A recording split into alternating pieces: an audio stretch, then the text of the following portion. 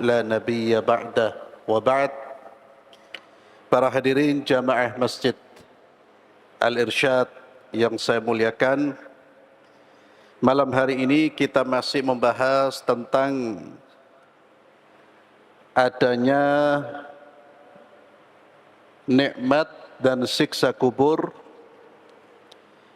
Nikmat dan siksa kubur merupakan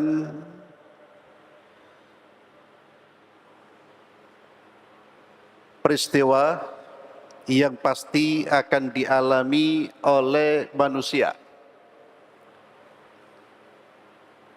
Orang yang meninggalkan dunia, yang berada di alam barzakh. Alam barzakh itu alam antara dunia dan akhirat. Alam barzakh itu alam antara dunia dan akhirat. Di alam barzakh tersebut, manusia ada yang mendapatkan nikmat yang disebut dengan nikmat kubur, dan ada yang mendapatkan siksa. Beberapa dalil sudah kita bahas, kita baca pada pertemuan yang lalu, dan Imam An-Nawawi rahimahullah di dalam syarah Sahih Muslim, beliau mengatakan bahwa madhab Ahlus Sunnah menetapkan adanya azab kubur. Madhab Ahlus Sunnah itu orang yang berpegang teguh dengan ajaran Nabi dan berpegang teguh dengan ajaran para sahabat-sahabat Nabi. Itu disebut Ahlus Sunnah wal Jamaah. Kalau ada orang Islam yang tidak berpegang teguh dengan ajaran Nabi, maka dia disebut Muslim yang bukan Ahlus Sunnah wal Jamaah. Ahlus Sunnah ini punya prinsip-prinsip yang disepakati.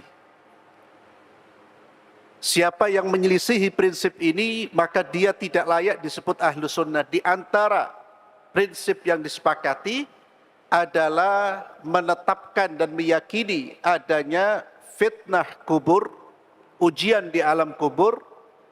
Demikian pula adanya nikmat dan siksa di alam kubur. Kemudian Imam Muslim di dalam kitab Sahih Muslim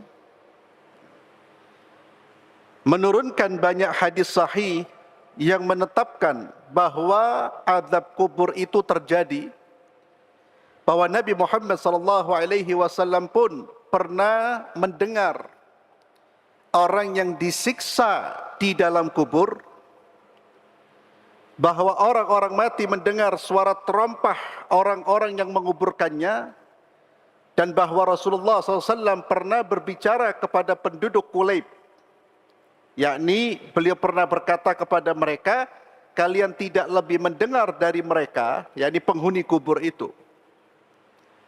Demikian pula disebutkan di dalam hadis yang sahih bahwa orang yang selamat kuburnya akan diluaskan, yakni orang mukmin yang selamat dari siksa kubur karena dia mampu menjawab pertanyaan para malaikat, kuburnya akan diluaskan, dan tempat duduk orang mati itu, apakah di syurga atau di neraka, akan diperlihatkan kepadanya, dan lain-lain yang terkait dengan apa yang terjadi di alam barzakh. Jadi beliau ingin menjelaskan bahwa hadis-hadis yang sahih menceritakan berbagai macam peristiwa yang akan terjadi setelah kita meninggal dunia. Meninggalkan dunia, kita akan berpindah ke alam barzakh, maka di situ kita akan mengalami beberapa peristiwa, yakni pertanyaan para malaikat, kemudian diperlihatkan tempat duduk kita, tempat kita nanti apakah di surga atau di neraka, demikian pula siksa dan juga nikmat. Dan semoga Allah menjauhkan kita dari siksa kubur. Itu merupakan awal penderitaan manusia, penderitaan yang sesungguhnya. Di dunia ini penderitaannya nggak ada apa-apanya, Pak. Jika dibandingkan dengan penderitaan di akhirat. Awal penderitaan di akhirat tatkala dia mendapatkan siksa di alam barzakh.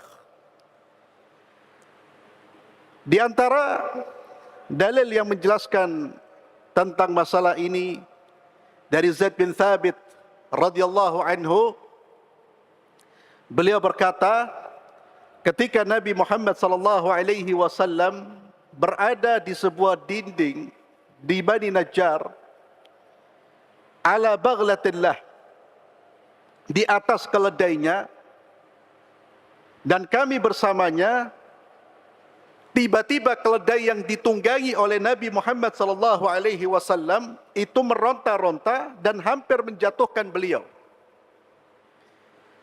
Ternyata di sekitar situ ada 6 atau 5 atau 4 kuburan. Atau dibalik ada 4 atau 5 atau 6 kuburan. Rasulullah sallallahu alaihi wasallam bertanya, siapa yang tahu penghuni kubur-kubur ini? Salah seorang dari mereka berkata, ana ya Rasulullah. Saya ya Rasulullah. Rasulullah bertanya, famata mata haula? Kapan mereka meninggal? Kapan mereka mati? Dia menjawab, mereka mati dalam keadaan musyrik. yakni ini kuburannya orang-orang musyrik. 6 orang ini orang-orang musyrik, yakni berbuat syirik kepada Allah. Maka Rasulullah sallallahu alaihi wasallam bersabda, sesungguhnya orang-orang itu sedang disiksa di dalam kuburnya. Andai saja, kata Nabi, bukan karena aku takut kalian tidak akan menguburkan orang yang mati, maka niscaya aku akan berdoa kepada Allah agar kalian dapat mendengar azab kubur seperti yang kudengar. Kenapa Nabi tidak berdoa agar azab kubur diperdengarkan? Agar orang-orang tidak takut menguburkan jenazah. Kalau sampai diperdengarkan, tidak ada orang berani datang ke kuburan.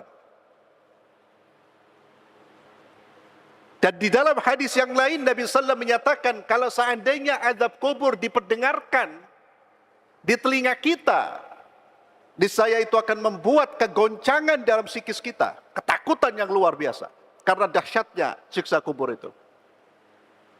Maka Allah mengkhususkan Nabi Muhammad SAW mendengar. Dan itulah yang menyebabkan baglangnya, keledainya itu meronta-ronta, hampir menjatuhkan Rasulullah SAW. Kemudian beliau menghadapkan wajahnya kepada kami seraya mengatakan, lalu Nabi SAW menghadap kepada para sahabat Rasulullah SAW. Beliau pun memerintahkan mereka untuk berdoa kepada Allah agar jauhkan dari azab kubur. Ta'awwadhu billahi min azabil qabr. Ta'awwadhu billahi min azabil qabr.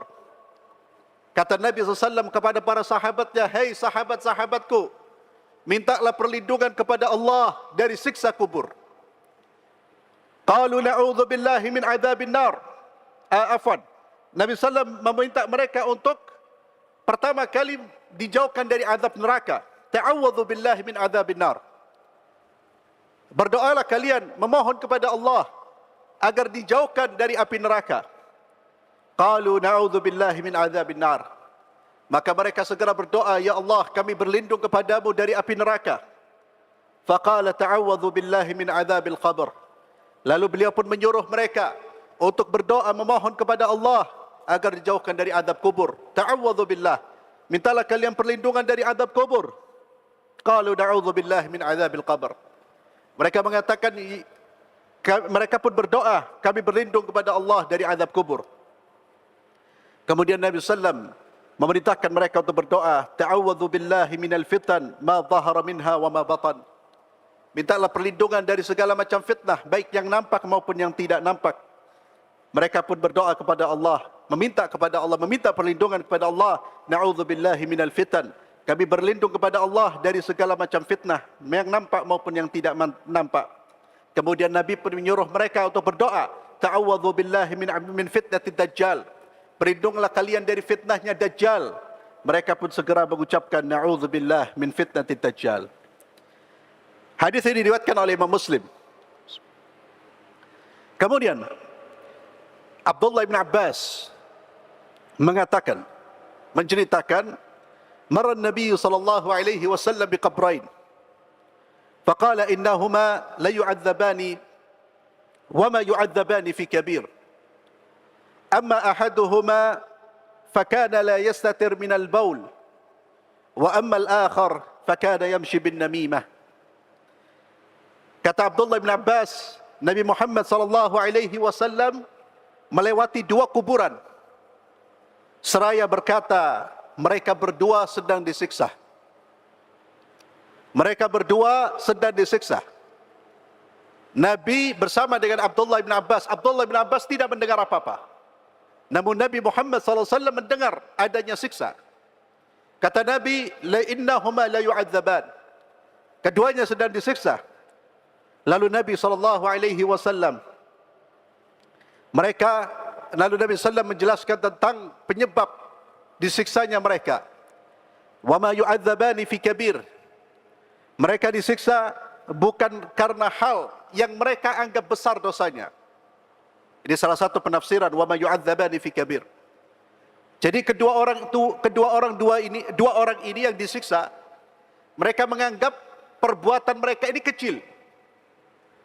Perbuatan mereka ini tidak berpengaruh terhadap kehidupan akhirat. Jadi mereka anggap kecil, ternyata menyebabkan mereka disiksa di alam barzakh. Wa ma yu'adzabani fi kabir, amma ahaduhuma fakana la yastatir minal baul.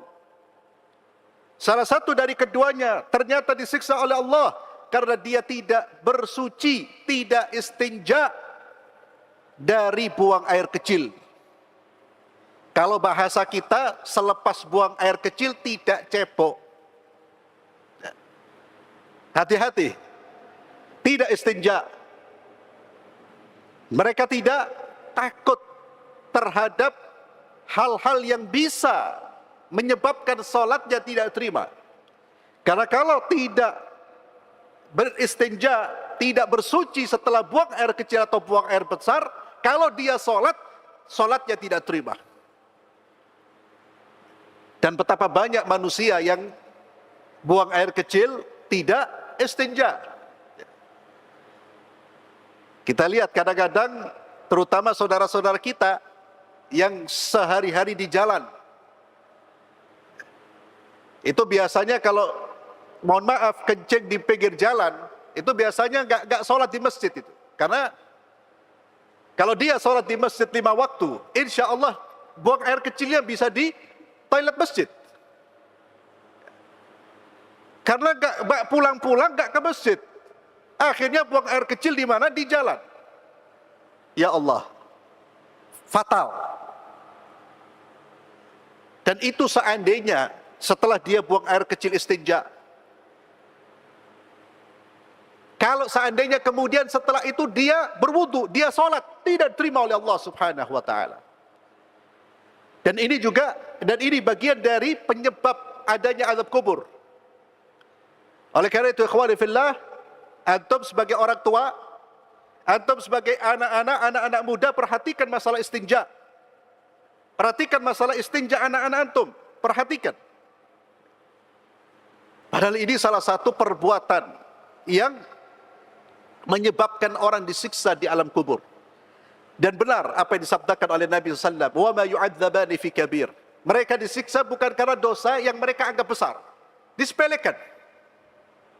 Termasuk juga hal yang membahayakan kehidupan kita, kehidupan agama kita, selain tidak beristinja, adalah tidak memperhatikan percikan air kencing. Hati-hati.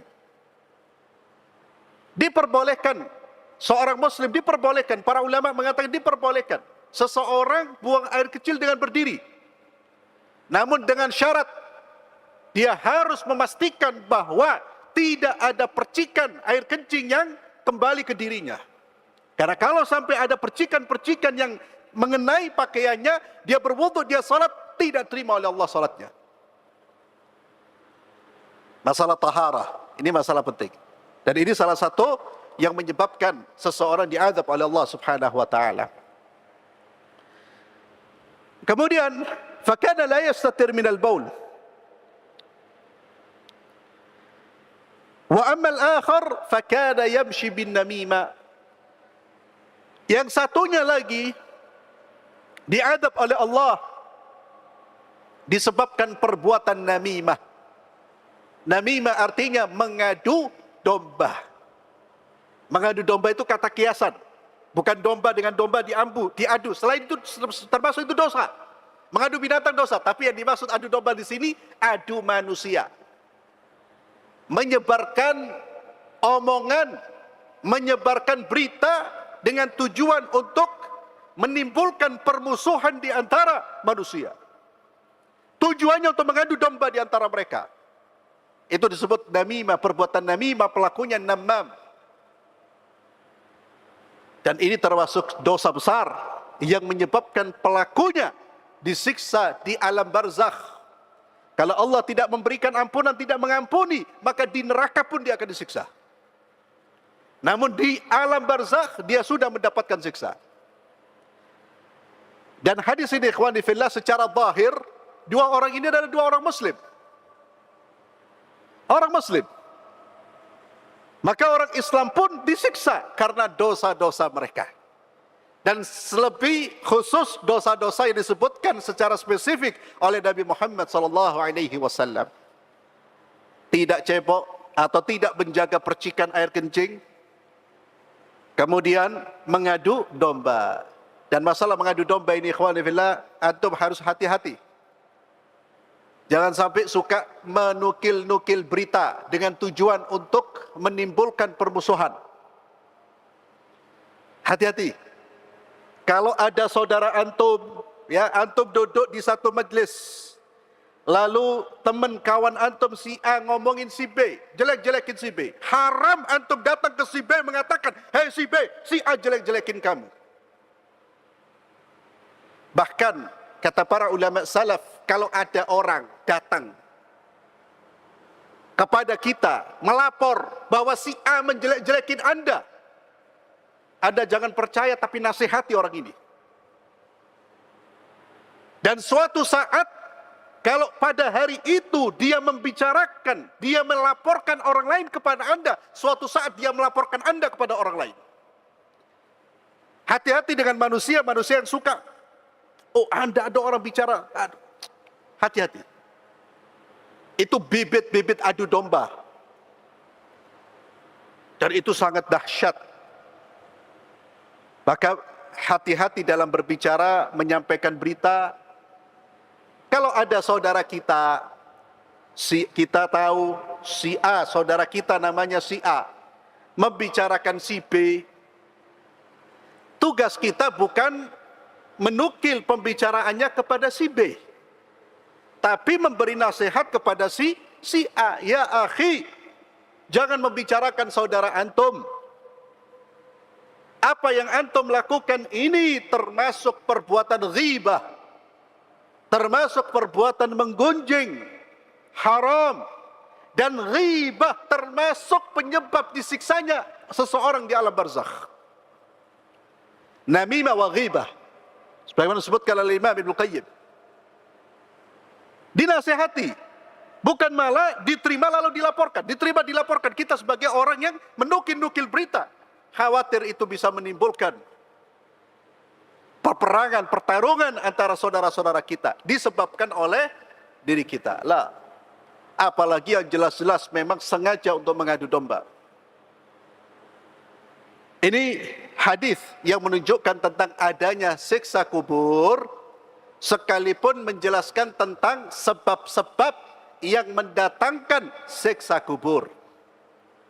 Kalau kita gabung dengan hadis yang baru kita baca, pertama kita baca, maka penyebab siksa kubur adalah kemusyrikan. Orang musyrik disiksa. Bahkan siksa bagi orang musyrik itu selama-lamanya, tidak berhenti. Kemudian penyebab siksa kubur, kemunafikan. Pura-pura masuk Islam. Lisannya mengucapkan amanna billah, tapi hatinya benci dengan keimanan. Benci dengan nilai-nilai Islam. Benci dengan aturan Allah. Itu yang disebutkan di dalam hadis yang sahih. Yang disebut dengan orang munafik. Ketika mereka ditanya di alam barzakh, orang kafir mengatakan la adri, orang munafik mengatakan la adri. Saya tidak tahu, saya tidak tahu. Padahal di dunia dia mampu mengucapkan Allah, dia mampu mengucapkan Muhammad Rasulullah, dia mampu mengucapkan Islam dinuna, Islam agama kami. Tapi ketika ditanya oleh malaikat, mereka tidak mampu menjawab, bahkan hanya mengatakan la adri, saya tidak tahu, saya tidak tahu. Saya hanya mendengar manusia mengucapkan kalimat tersebut, saya pun ikut-ikutan. Itu imannya orang munafik. Imannya hanya di lisan, tidak masuk ke dalam hati, dan tidak dibuktikan dengan perbuatan. Maka orang bisa menjawab pertanyaan malaikat karena apa? Amalnya. Tentunya atas hidayah dari Allah. Allah yang memberi kekuatan. Jadi orang bisa menjawab itu bukan karena hafalan. Orang yang tahu, orang yang suka mengucapkan la ilaha illallah umpamanya, tapi kalau itu pura-pura di alam kubur dia lupa itu. Tidak bisa ngucapin itu, tidak bisa. Semua ditentukan oleh keyakinan kita. Lisan ketika mengucapkan la ilaha illallah Muhammadar Rasulullah, itu lisan yang jujur. Bermula dari hati, dari keyakinan penuh bahwa tiada Tuhan yang berhak disembah kecuali Allah. Keyakinan yang penuh bahwa Muhammad sallallahu alaihi wasallam adalah utusan Allah yang wajib saya imani, ikuti, patuhi, taati. Itulah ucapan yang bermanfaat. Kemudian ikhwan fillah, dijelaskan pula oleh para ulama terkait dengan hal-hal yang bisa menyebabkan siksa kubur selain kekufuran, kemunafikan, kemudian tidak bersuci, tidak menjaga diri dari najis, namimah, ghibah. Disebutkan pula di antara siksa-siksa tersebut sebagaimana dalam hadis yang sahih, orang yang salat tanpa berwudu, orang yang salat tanpa taharah. Dan ini satu perbuatan yang sangat besar. Kemudian di antara perbuatan yang bisa mendatangkan siksa kubur, perzinaan. Laki-laki dan perempuan yang berzina, jika dia tidak bertaubat kepada Allah, maka Allah akan menyiksanya di alam barzakh sebelum Allah menyiksanya di akhirat kelak. Kemudian di antara orang-orang yang mendapatkan siksa di alam kubur adalah orang-orang yang merusak kehormatan saudara-saudaranya. Entah itu dengan menggunjing atau melakukan fitnah. Orang-orang yang merusak kehormatan saudara-saudaranya. Apalagi ikhwani fillah, kalau antum merusak kehormatan orang-orang baik, orang-orang saleh, para ulama, para da'i yang menyeru ke jalan Allah, yang menyeru manusia di jalan Allah, hati-hati. Ada sebagian orang yang belajar agama, tapi lisannya lancang, berani merusak kehormatan para ulama hanya karena tidak sepaham. Ittaqillah. Itu bukan perkara yang remeh. Bisa merusak amal perbuatan kita. Mereka orang-orang yang berjuang di jalan Allah, berdakwah di jalan Allah, menyampaikan Al-Quran dan hadis kepada masyarakat. Jaga kehormatan mereka. Ada ungkapan luhumul ulama'i masmumah. Luhumul ulama' masmumah. Dagingnya ulama itu beracun. Dagingnya ulama itu beracun. Hati-hati. Orang yang makan dagingnya ulama dengan menghibah, menggunjing, merusak kehormatannya seperti makan daging yang beracun. Apa yang terjadi jika orang makan daging yang beracun? Akan membunuh orang tersebut. Dan banyak orang dibalik hatinya oleh Allah dari ketaatan menuju maksiat disebabkan lisannya mencela, menghina, merendahkan. Maka seorang muslim hati-hati. Saya sampaikan ini Karena di tengah-tengah masyarakat ada tren saling mencela. Yang dicela siapa? Para da'i. Allahu Akbar. Orang-orang Zionis Israel yang mencaplok negeri Palestina aman dari celaan mereka.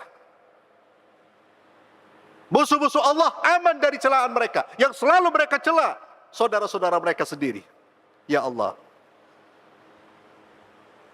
Dan itu rata-rata disebabkan oleh ghurur, terperdaya dengan diri, merasa dirinya sudah tahu, paling pandai, paling, padahal dia terkena jebakan iblis, jebakan syaitan, dan berjalan di jalan syaitan. Sehingga antum ya ikhwan yang sudah ngaji, hati-hati. Kalau ada potongan-potongan video, potongan-potongan ceramah yang isinya di situ nanti menghantam sana, menghantam sini, hindari. Hindari ikhwan fillah. Bisa jadi itu potongan yang memang itu tujuannya untuk fitnah. Hindari. Dan itu tidak memberikan manfaat apapun. Kita miris kadang-kadang melihat saudara-saudara kita yang semangat menjalankan agama ternyata aktif menyebarkan potongan-potongan ceramah, ucapan-ucapan yang isinya adalah menghina ulama lain, merendahkan da'i lain. Allahu Akbar. Manfaatnya apa? Padahal ilmu kita masih tidak ada apa-apanya. Sibukkan diri kita dengan hal yang bermanfaat. Bermanfaat buat diri kita. Bermanfaat untuk melunakkan hati kita. Bermanfaat agar hati kita terisi dengan mahabbatullah, cinta kepada Allah, cinta kepada Rasulullah SAW.